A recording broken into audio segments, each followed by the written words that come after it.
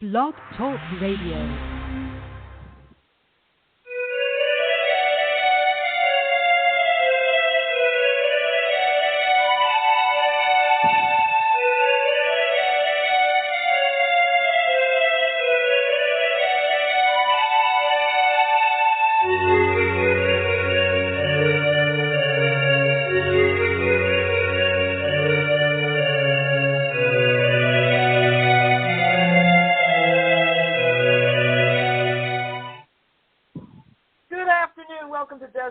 Witches Saturday edition.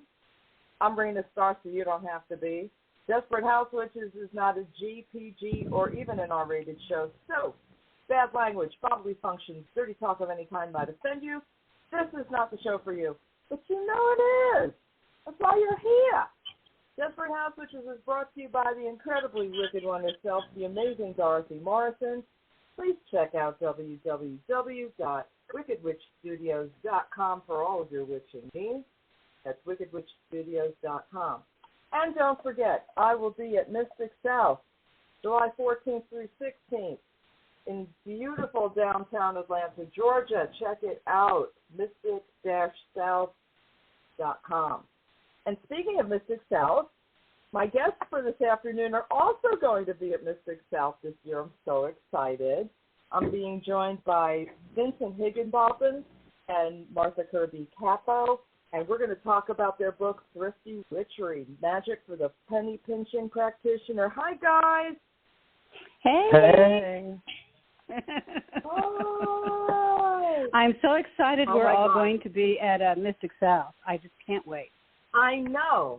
And I'm really excited because you guys are, at least one of you, if not both of you, are going to be on one of my 2 live shows from there, I'm assuming.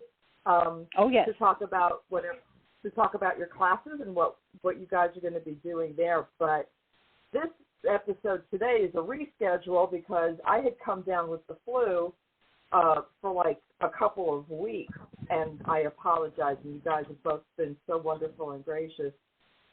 Letting me recover and rescheduling. Yeah, I was so sick. Oh, my God. I didn't know if I was going to make it, but I really appreciate your patience. So, Thrifty Witchery. Wow. This is a great book. This is a great book for anybody. And I will tell you, I wish I'd had this book when I was practicing when my kids were little because I was poor. And I'm talking like welfare poor.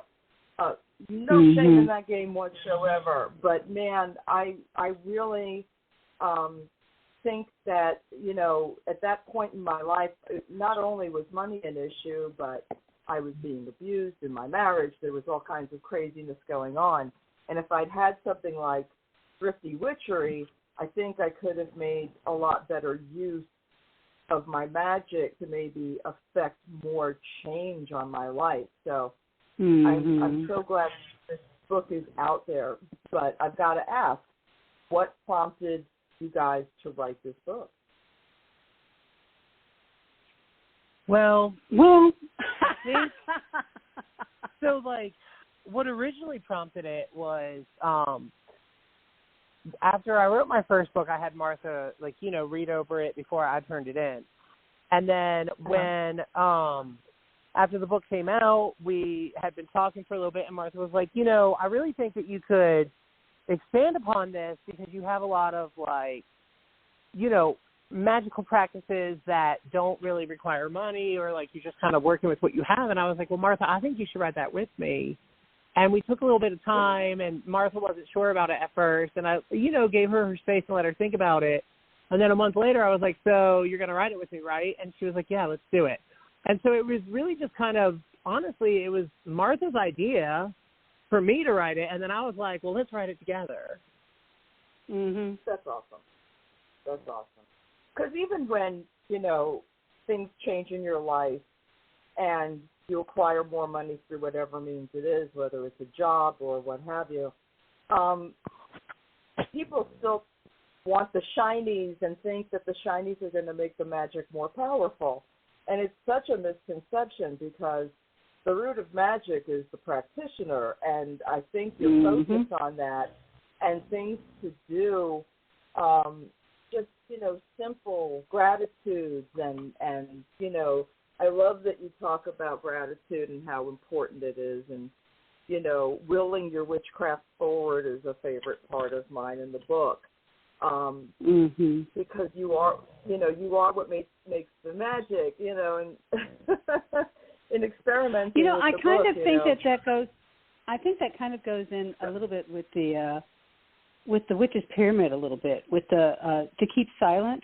Because if you are using things that you already have around you, materials in your house, that's kind of a way of keeping silent about your craft, because you're not leaving like a purchase trail. Not anybody.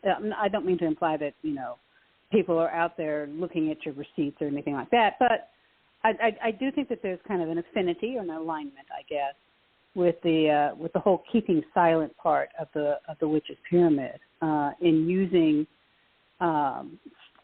materials you have around, and also recognizing and honoring that the locus of the magic is within you.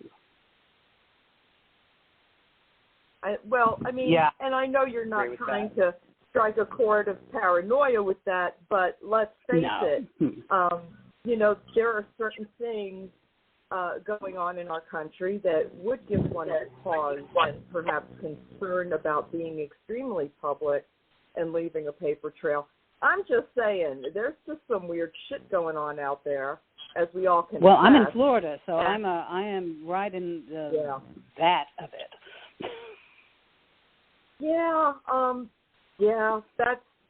That's a question for a little later in the hour, I think.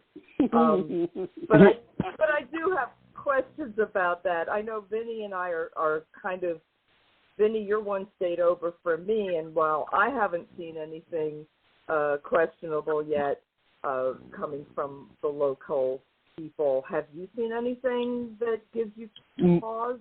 No. I mean, I feel like I'm in South Carolina, and I haven't really seen the evidence of any real issues, at least from my perspective, thus far. Right. Yeah, me neither. But I do worry about everything becoming like Florida at some point if certain things go a certain way. I do find it a bit unnerving. Yeah. Well, I hear you. And again, it's a big state, and where I am, I'm south of Miami. And so some things in this part of the state are different than some things up in the northwest part of the Panhandle, like the Handle part of the Panhandle.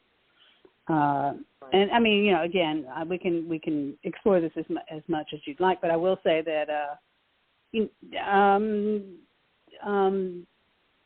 a community is made up of all sorts of people at all different levels of that community, and I would say that there are members of the larger community who may not be holding office, but who are still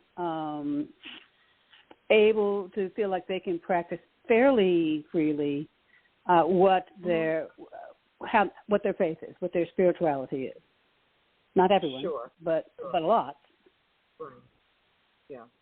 Well, that's good to know, and it's something we absolutely need to keep an eye on no matter where we live, because these things happen so quickly where these, certain people come to power seemingly out of nowhere, and, I have found that it's really not out of nowhere because they play the long game, and they get in on the ground level in local government, which is why the saying all politics is local is pretty important and fairly accurate.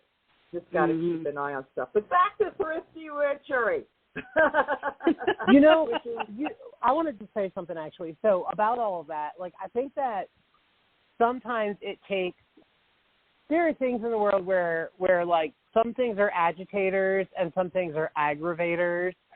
And I think that what the world needs right now is some agitation in order to aggravate enough people to create the change that we really need in the world, right? I mean, no one on any side of the fence is 100% right. And so what needs to happen is kind of a meeting of the minds, and we're only going to get that the more angry both sides of that fence become. Does that make sense?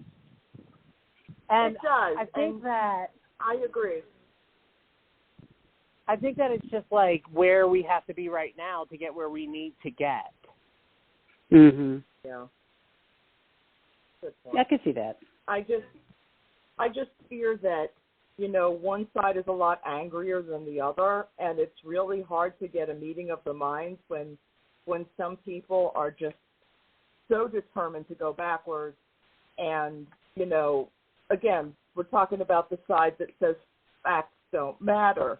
So it gives me concern because we live in a world where facts were everything. And, people didn't get to make up their own facts. So, yeah, for me, it's a bit more frightening.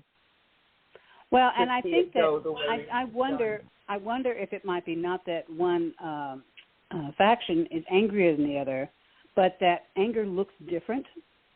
It exists, but it looks different in one group than it does in another group. But it doesn't mean it's not there. It just looks different. You know what I mean? Yeah, well, I mean, you can be angry without being outwardly hostile.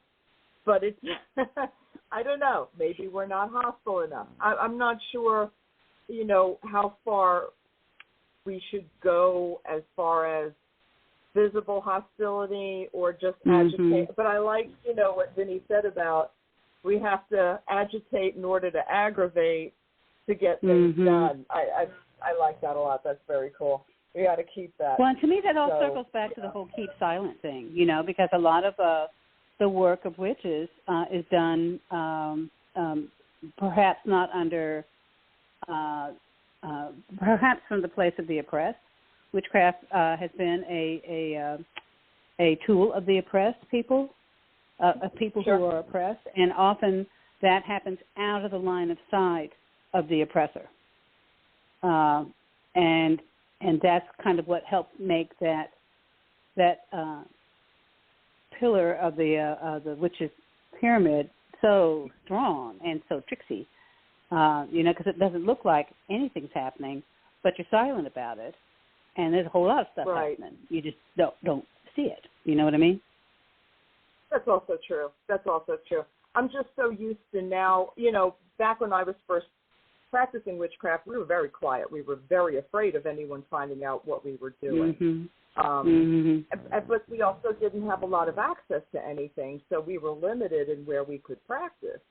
But now, our folks are so out there in the public that it's completely different from the way it was, and it feels like, I don't know, anything that indicates pushing backwards into silence, somewhere in my little Libra heart just finds resistance to. Because it's like, we have to be free and open, and we've made all this ground, and we can push forward. And but the idea of being silent again is scary, but maybe necessary, as you've indicated. So I mean, it's all something to consider.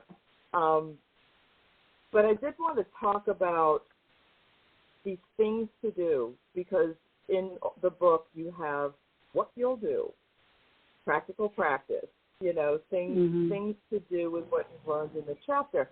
And I was wondering how you guys came up with the things that you put in, and if, like, one of you tackled this particular stuff and the other one tackled different things as far as what was put in. So what was that process like? So in all honesty, I think Martha and I have both multiple times looked at the book and been like, I don't know who wrote that. Like, it's hard to tell the difference. It really is. And so there's lots of different practices where I'm like, I'm not sure if that's my practice or if that's Martha's practice. And then there's other practices where I'm like, oh, well, that's definitely Martha's practice. And, I think there's moments where we're like, oh, well, that's definitely Vinny's practice. In particular, there's a few that come to mind. But, I really think that we just both had one mind in terms of what we came to do with the book.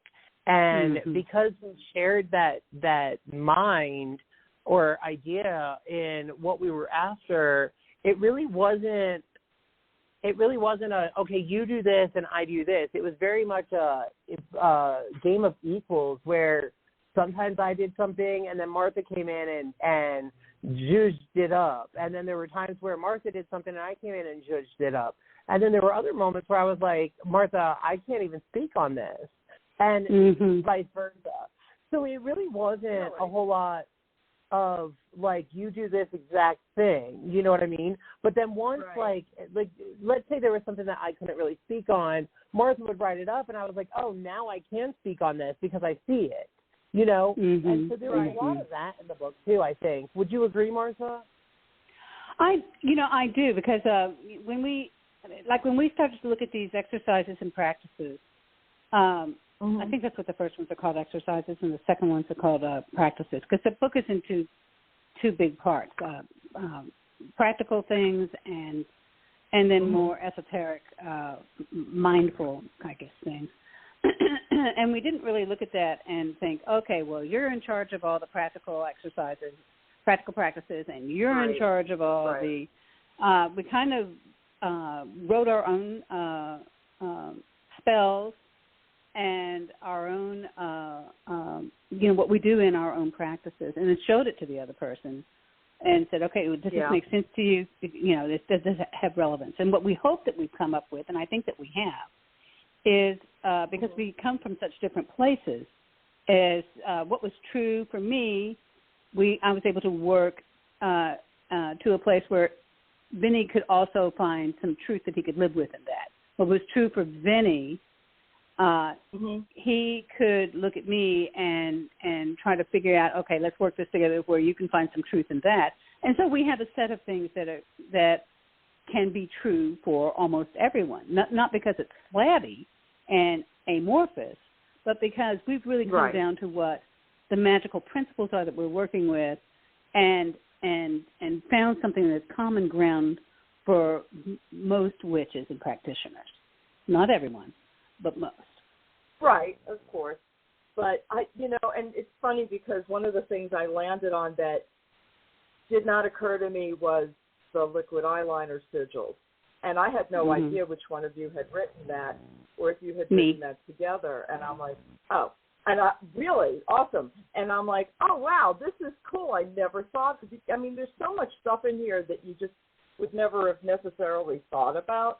But it makes absolute sense when you say it in the book because it's like, of course, it's a little fresh and you can do all kinds of little sigils and things and it's fine pointed and it doesn't have to be huge. And I thought, stuff like that is brilliant and it really is practical. Again, wish I'd had this book a really long time ago when I had virtually nothing to my name. There's all kinds of spell work you can do with really simple stuff, and especially in the kitchen, and even with chopsticks when we didn't have, forks and I was poor. I was poor when I was married to my second husband. It was bad. It was seriously bad. But the things I could have done just with simple chopsticks as opposed to, waving a wand to cast a circle, just doing it with a chopstick. It's been so easy, What in the book gave you guys if anything, what gave you trouble? What were aspects of the book that were difficult? I would say, for me, the first half of the book where we talk about intuition, wisdom, and intention, those are very esoteric concepts that were really took a lot of. It wasn't difficult because it was too hard. It was very finicky work, to try to really articulate clearly something that's essentially insubstantial. We're talking about something very esoteric and trying to capture that, those concepts and set them to a page in a way that articulated them clearly, but also left space for interpretation by the reader. Now, like the first part was self-empowerment. Vini was like all over that chapter because, that's something that is near and dear to his heart. But that whole IWI, intuition, wisdom, and intention. There were some relationships between how do they relate, where do they come from, what's the effect of one on the other, and vice versa. How does it go from an intangible thing into a tangible thing? What's the nature of that? That was all very. That was very picky writing work. Did you feel that you had to be careful to not lead people into a thought pattern, or were you concerned that it was too instructional? I didn't. I don't think either one of us. Yeah, you talk, Vini. Okay. I think yes. I mean, I think that there is a place where when you're writing a book on this type of subject, you are kind of leading people into a thought pattern, and in that you are seeking to educate people on this subject, right? And so, yes, I want to lead people into a thought pattern of they can be empowered, And so for my experience, I think that was kind of a goal. You know what I mean? Mm-hmm. You can go out and you can use your spit and tobacco, or you can go find a wasp nest, or you can dig up a dandelion, and that's all you need. And I wanted to lead people to this idea because at the end of the day, that's the goal of this book. That's the goal of what I came to the table to discuss in this, Does that mean that I want to brainwash people? No, not at all. But and I would never want to say you can only do something one way, but I certainly did want to stay true to the idea of you can go out and find self-empowerment doing these things in a way that feels right to you. Mhm. And I think a big thing too was trying to encourage people to look at things around them with a witch's eyes, which are your eyes. They're your eyes, So I think sometimes people who are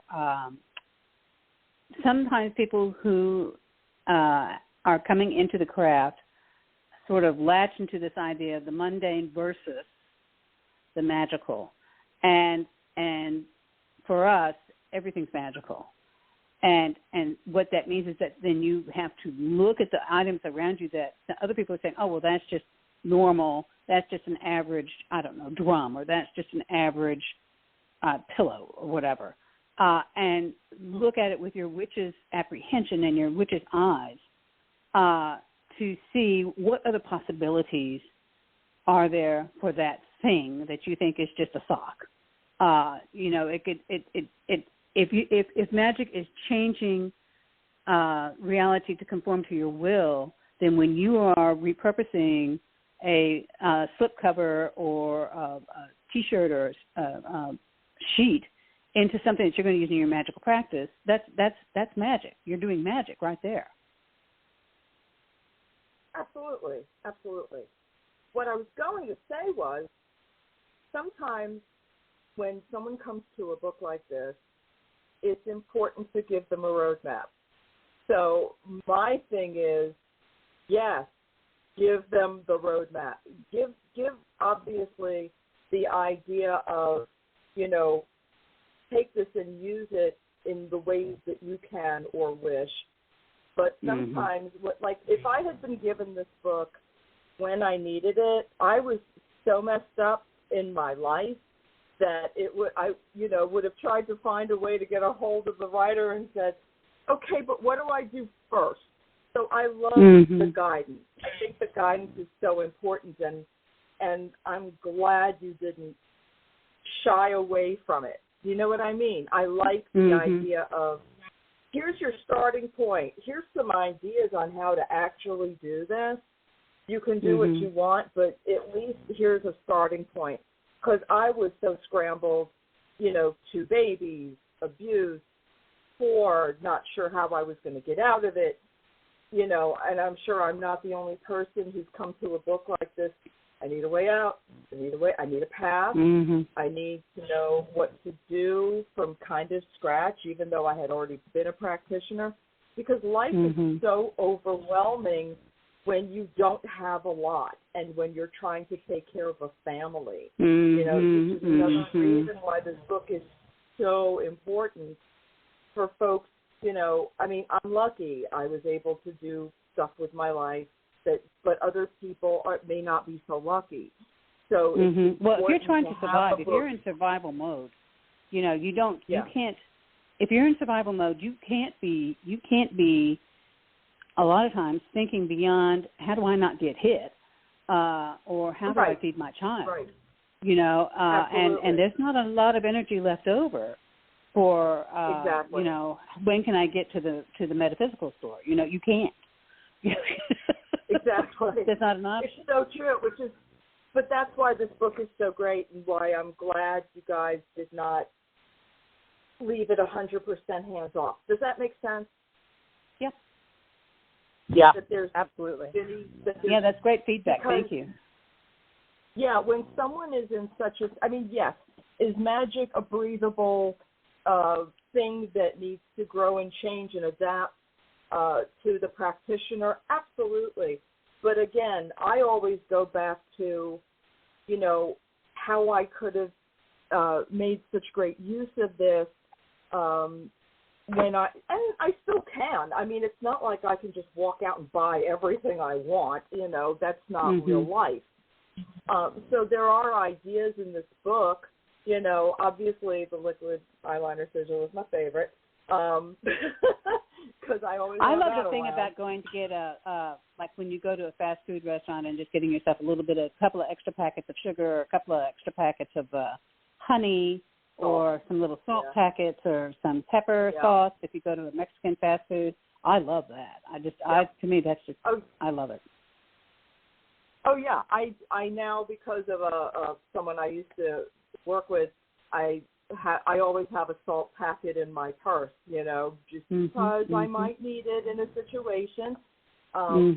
But I also, you know, employ that in my place of business where, you know, there's a kitchen and there's different spices and there's different this and different that, and I can employ all those things. So there are instances where it's right there in front of you, even when you're not in your own home, and very usable. So yeah, that's fantastic as well.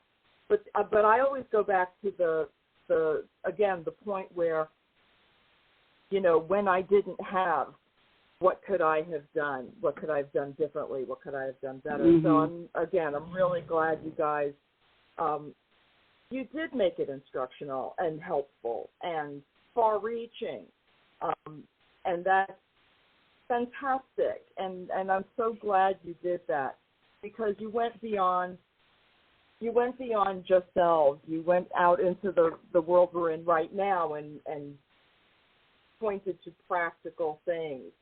And I'm sure you've gotten some fantastic feedback on the book, have you not? We have. You know, I did a workshop on the book a couple of weeks ago in Illinois, and the vendor at that retreat said, I'm going to take these over to the annual denominational meeting. I was like, well, okay, great. And she sold out. She told me yesterday she sold out of the book, which is just wonderful and unexpected. It wasn't really my target market. So I think that's pretty outstanding. So, I mean, are you finding that non-practitioners are picking up the book? You know, I don't know. I don't know yet. I don't think we'll know until we get. I think somewhere we get like an accounting of how many books have sold and where, or something like that, and we don't have that information yet. Okay. I will say I'm continually surprised by people who show an interest in this book that I just but you know, that's just me and my low expectations. Oh, you're so funny. Vini, what do you think? I mean, I think that, like, so far people have shown interest, and that's been pretty cool, but I haven't really heard anything specific outside of, you know, the community of people who have been interested so far. Okay, I think too there's a reason why I bring this up.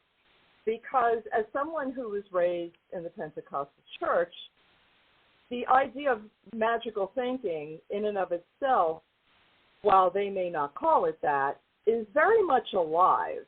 And I find that a lot of Christians, and I have found this to be at places like Mystic South, where we're going to be in a couple of weeks, a lot of folks that we're inhabiting the area with happen to be very Christian, a lot of them Baptist, a lot of them Pentecostal, and their curiosity is so extensive that I've had phone numbers of people wanting to talk to me slip into my hands.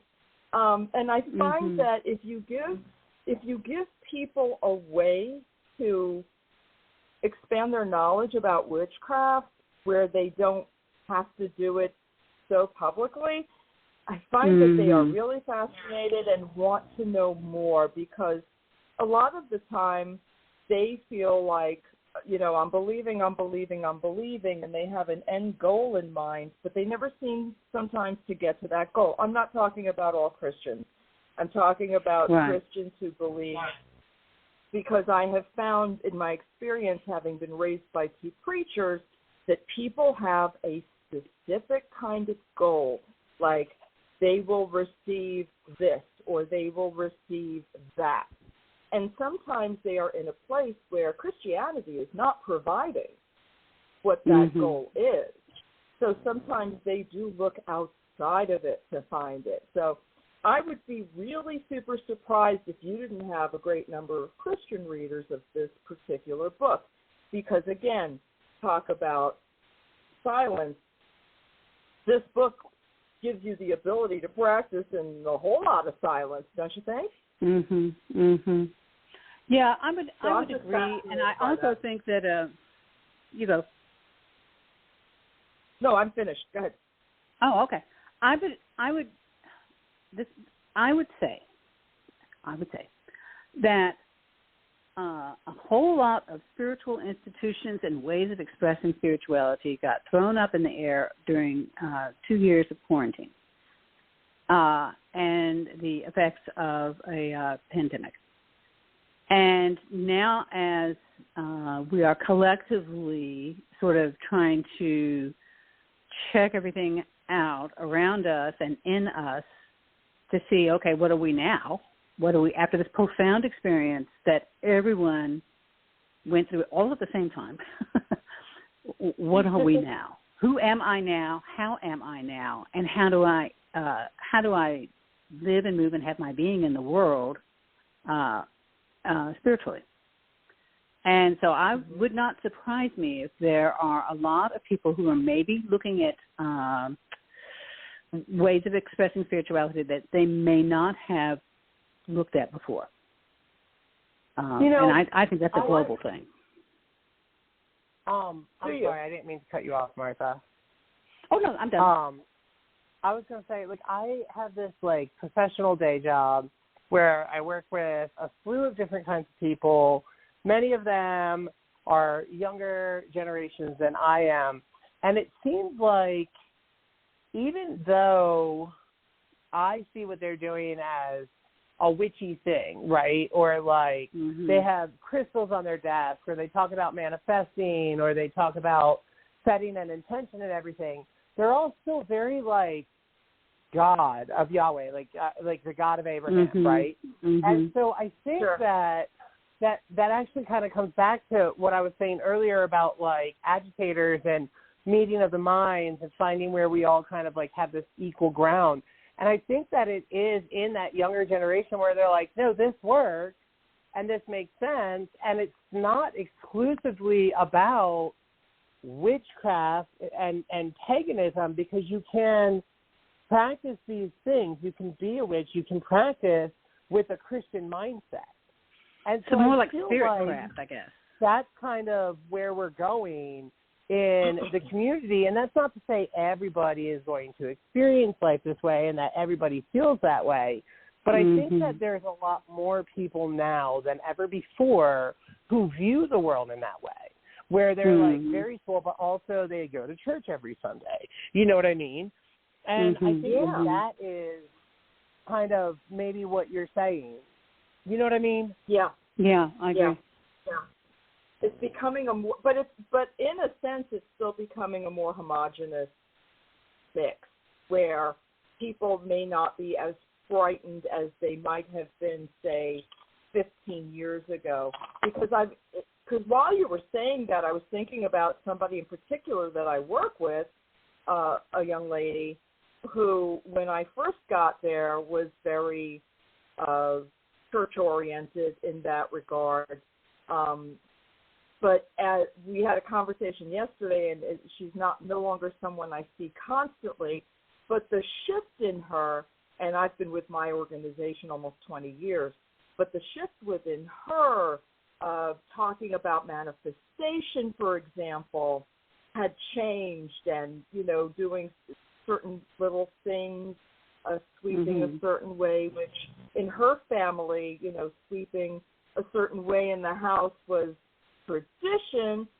She's using it in a more spiritual as opposed to superstitious way. So, yeah, I see what you're saying about people incorporating more things that they may not have found acceptable in the previous generation. But, yeah, it's definitely interesting to note that. I'm glad you brought that up because I've completely forgotten about it. And this instance happened yesterday. I should have remembered it. But, yeah, it's, and it's interesting because I'm very comfortable with the notion of giving her a copy of this book because this book is really practical and has a lot of great information, and it put me in mind of, oh, wow, it's yard sale season. People are yard selling all the damn time now that the weather is getting warmer. This is a great way, because you had said in the book about going out of business sales. Yep, that's right. And all these other places. Even church jumble sales. And I had a friend who had read the book and said it would have never, as a person who had been raised in a Christological faith, it would never have occurred to them to go back over to a church jumble sale and see what's there. And the thing is, if you're going to go ahead and be purifying whatever it is you're going to be purchasing, which you'll be cleansing it before you ever put it to use. Why not go to? They're not proselytizing to you at these yard sale or jumble sales. They're just trying to, sell stuff. And there might be some practitioners who feel like, well, I don't want to have any kind of money going toward an institution that wounded me terribly, and okay, that's great. Not great, but if that's your stance, that's a righteous stance, and I understand that. But for some of us, it might be a place where you might be able to pick up something that's a little kind of altar-y, kind of could go on your altar, because they're working with altars all the time over there. You know what I mean? They have I think it's another avenue that maybe some of our community does not feel like they can go over there to even look at what might be for sale at a very good price, because the stances of spirituality don't line up. But I also want to remind folks that there are churches that are not the hell, damnation, and brimstone that some of us may have been raised with, like I was. I lived down the street from a church that is open to everyone, where the pastor is a gay woman. Yay! Just saying, where everyone is welcome. Yay! And no one is turned away for any reason, and it's a beautiful place with beautiful people, and there are churches with good and open hearts. I'm not saying convert Christianity because of it. I'm just saying that there are these spaces that have these sales where no one is going to talk to you about Jesus. It's just about raising funds. Yard selling, again, great. I personally have used censers from Catholic churches to burn incense in my home at different times. I have no qualms about it. The vessel is just a vessel it's just my opinion. The vessel is just a vessel. You purpose it how you purpose it. You cleanse it how you cleanse it. And you change its meaning how you change its meaning. And it's perfectly okay to, of course, and it's perfectly okay and acceptable to do these things. There is no shame in that game whatsoever. I completely agree. One thing that I do is I love to go to like grocery stores or the Dollar General and get those white 7-day candles. And sometimes they don't have just blank ones. There's like, saints or the Virgin Mary on them. And I'll just take that sticker off and put on it what I need on it, And that's a valid thing. Like just because it had a person prior to you doesn't mean that you cannot repurpose something. That's kind of the whole point of the book is that, it's one point of the book. It's not the whole point. It's one point. But that, like, through your own self-empowerment, you decide what the purpose is of the tools that you are using. I agree. And I want to jump in a little bit, too, and just say that both of us have just respect bordering on awe for the craftspeople, the artists, the musicians, the drum builders, everybody in the witching community who is so mindful and pours so much directed energy into the things that they are crafting for purchase by members of the community. We're not saying, poo-poo, you don't need to get anything by that person because you can do it yourself. We are saying you can do it yourself. That saves you money, so that if you want to go and splurge on an item that you would just love to have by your favorite pagan creator, you can do that because you haven't kind of shunted so much of your money away to things that are supporting your daily practice. Right. Oh, I'm so glad you say that because one of my big things is to support pagan businesses. Pagan businesses are so important, and we have to support them absolutely whenever we can. Again, I can't afford everything I want. That would be lovely, but I can't. So, yeah, there's certain things I have to budget for, and because I save a little here, I can spend a little more there. Absolutely. Because but again, people get into situations where there's precious little to go around. Having lived, and folks who have been poor, I find that we tend to remember being poor, even when we're not necessarily poor like that anymore. You go back to that moment of austerity in your own life and you think about the fact that what if this ever happens again? So, and listen, I've got issues too where it's like sometimes I spend a lot more than I should and sometimes it bites me in the butt. I've made plenty of mistakes monetarily, so I am no pillar of what to do with your money, but I will tell you where you can save, it's a good idea, so that you can splurge, as Martha said, when you have the opportunity.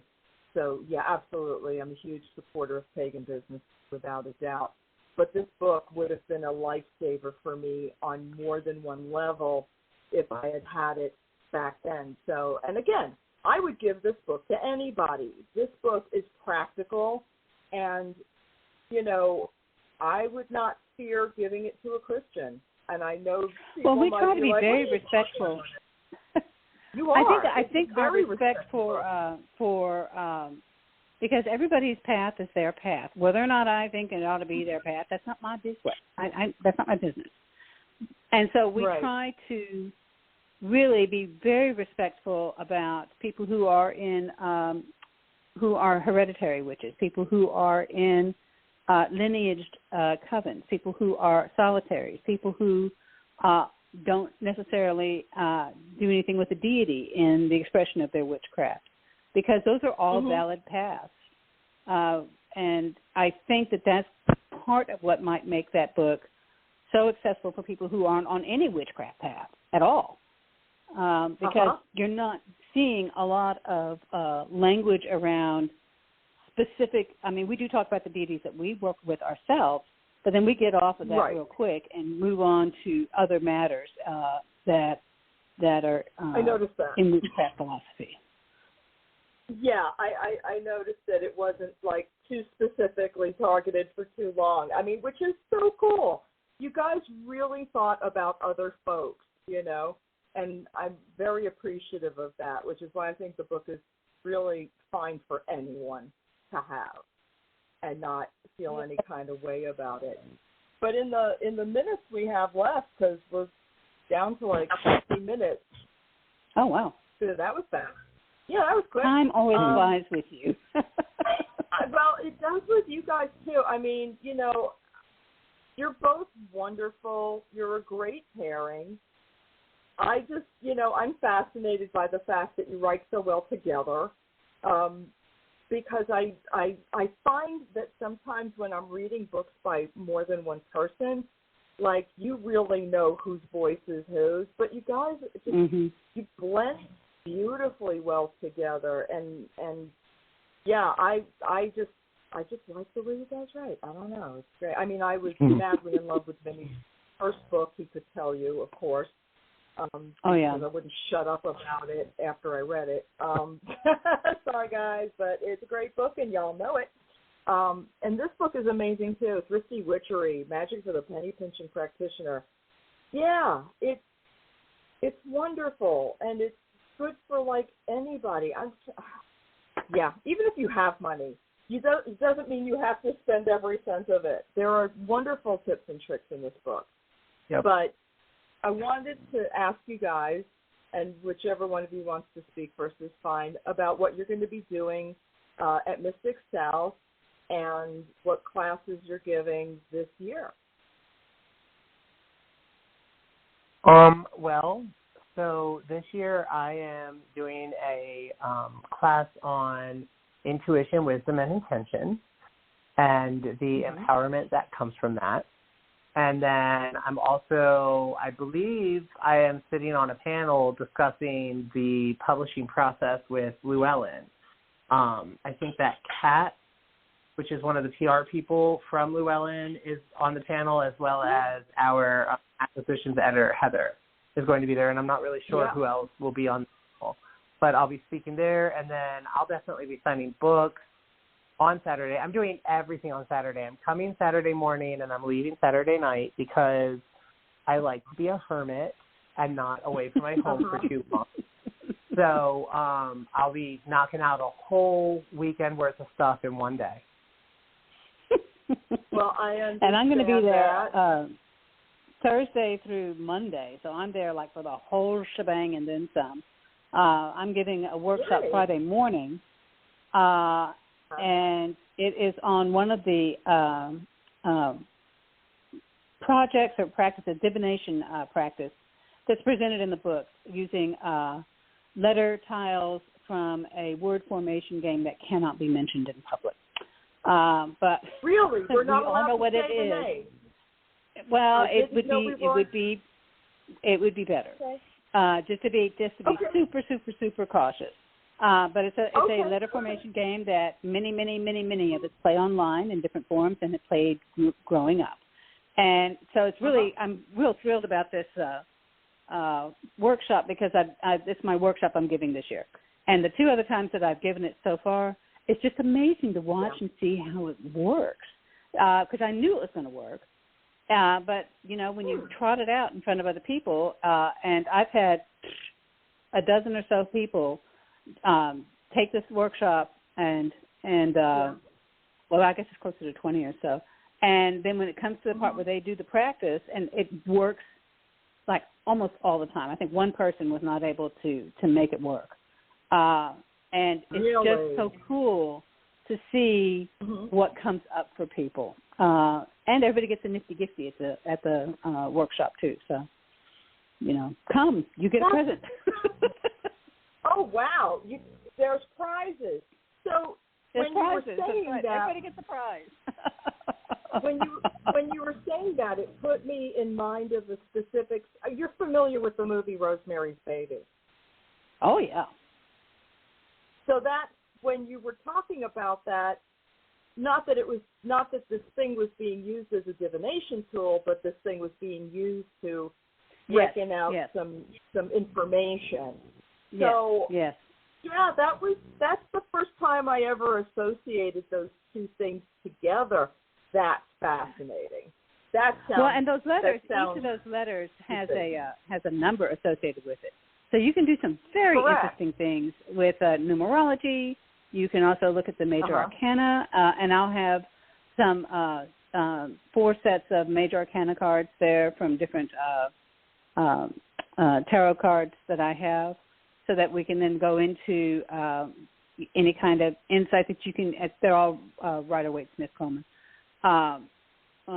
Any kind of insight that you can get from that, or if you do a reduction, and additional insights, and I mean it's a whole thing. And I love this workshop a lot because I love seeing it come to life through other people. It's just and it works. I'm just so grateful it works. That's fascinating. When did you develop this particular workshop? Because I was not familiar that this was a thing that was being done. I wrote it for the book. I created it for the book, and tested it out for the book. Okay. So this wasn't something you had already been doing for a long time previous to this the book, that part of the book was probably written 4 years ago. Oh, okay. So it was. Oh, okay. Yeah. Okay. By now, it surely is. Yeah. Right. Yeah. Cool. Very cool. Very cool. And then I'll be hanging out with you for a show, and then hanging out with other people doing probably an awful lot in the Llewellyn suite. Where they have snacks. Where they have snacks. You're hilarious. Okay. Listen, I can be bought. I'm not proud. Well, me neither. I'm cheap, and I'm easy. I'm easy and cheap. So, Vini, apart from Mystic South, what are you doing, and how can folks get a hold of you? So, apart from Mystic South, I'm working on my 3rd book. I am semi-active on TikTok and Instagram, and I'm just kind of living my best life otherwise. Like, I'm not really – I just had a book signing in Charlotte, but then otherwise I don't have anything else really big coming up quite yet. Just kind of doing the podcast circuit and keep my head down while I write another book. Do you want to give me a little hint on what the next book is? Well, right now it is tentatively called Real World Magic, and it's kind of about using magic without taking up a whole lot of time in your day. Just kind of like, when you wash your hair, you can wash the negativity out. Or when you brush your teeth, you can kind of charm your words for the day and things like that. Wow, that's getting in deep. I love it. That sounds so cool. When do you think that'll be released? I'm not sure. My deadline right now is August. And we'll see where that goes, because I kind of, every time I write a book, I end up in the throes of imposter syndrome. So I'm like talking myself out of that right now. But I'm pretty much there. So I hear you. I've got to start back into it any minute. Yeah. And it should be right on cue. So roughly about a year. It normally takes about a year after you turn it in for the book to come out. Yeah. Yeah, I'm giving myself a deadline of Mystic South for this next book, because I just, our editor has been, and we're not working together on his third or my second book, but we have the same editor still. Right. And I just feel like I can't face her unless I have this draft turned in. I'm doing a second draft of my second book. So I've got, I'm chugging right along, and I think I might actually be able to have it turned in. It may be like right before I get on the plane to go to Mystic South, but I think I'm going to be able to turn it in before then. And then Vinny's right; it takes about a year. If they like my first draft really needed to be reworked, but fortunately I was able to keep about 70% of the book. I'm just having to rework about 30% of it. So it's not that bad. It's just a lot. It's not like doing a lot. it from scratch. Right, but I'm not a writer, and 30% sounds like a lot to me because I don't know any better. I've never written a book. Yeah, I don't have the skill. I don't have the skill to write a book, nor do I think I ever will. So I don't. It's not something that I think about in that regard. But 30% sounds like a lot. What's your book about, Martha? It's going to be working with energy, different ways that practitioners can be able to recognize what their own magical DNA and their energetic signatures are, and then be able to attune themselves to the other energies that are kind of out there swirling around in the universe, and then ways to visualize and grade your energetic signature into the energies that are already all around us, and to what purpose. So it's energy work. The short answer is it's on energy work. Sounds cool. I'm looking forward to it. I'm looking forward to seeing both of you. Vinny, I'm sorry I'm not going to have more time with you because you're going to be rushing everything into a very small amount of time, but I'm at least going to try to hug you. Yeah. No, I got. Can you stick your hand out and give him a high five as he races down the hall? Yeah, pretty much, because he's like an Olympic athlete with this shit. You're an impressive man, Vincent. I'm just going to say it. You're an impressive man. Indeed he is. I respect you. I love your TikToks. I do actually watch the talk. I'm not on the talk, but I watch the talk. Martha, what about you? What are you doing social media-wise? I am mostly on Instagram and Facebook. TikTok is just a bridge too far for me, and I haven't done the Bird app in over a year. So that's really mostly where I am. And then after Mystic South, I'll be headlining the Pagan Pride event in Broward County in September. And then after that, I'll be headlining at Florida Pagan Gathering in October at their Samhain Gathering. Wow, cool. All right. Once again, Thrifty Witchery, Magic for the Penny-Pinching Practitioner. This is a great book. Get yourself a copy. It's definitely helpful. Even if you can't afford everything you want, I don't know anybody who can, but just saying, it's just good practical advice. It really is. Guys, I am so looking forward to seeing both of you, and thank you so much for taking time out of your Saturday to come on and hang out. Well, sure. Always a pleasure. Yeah. It really is. I love talking to you. And we'll see you at Mystic South. Woohoo! Yes! I'm looking forward to it. All right, everybody. That is it for today. I will see you all next week. No, actually, I'm not going to see anybody next week. I am taking off the week before Mystic South, and I will see you live from Atlanta. Everybody have a great weekend. Take care.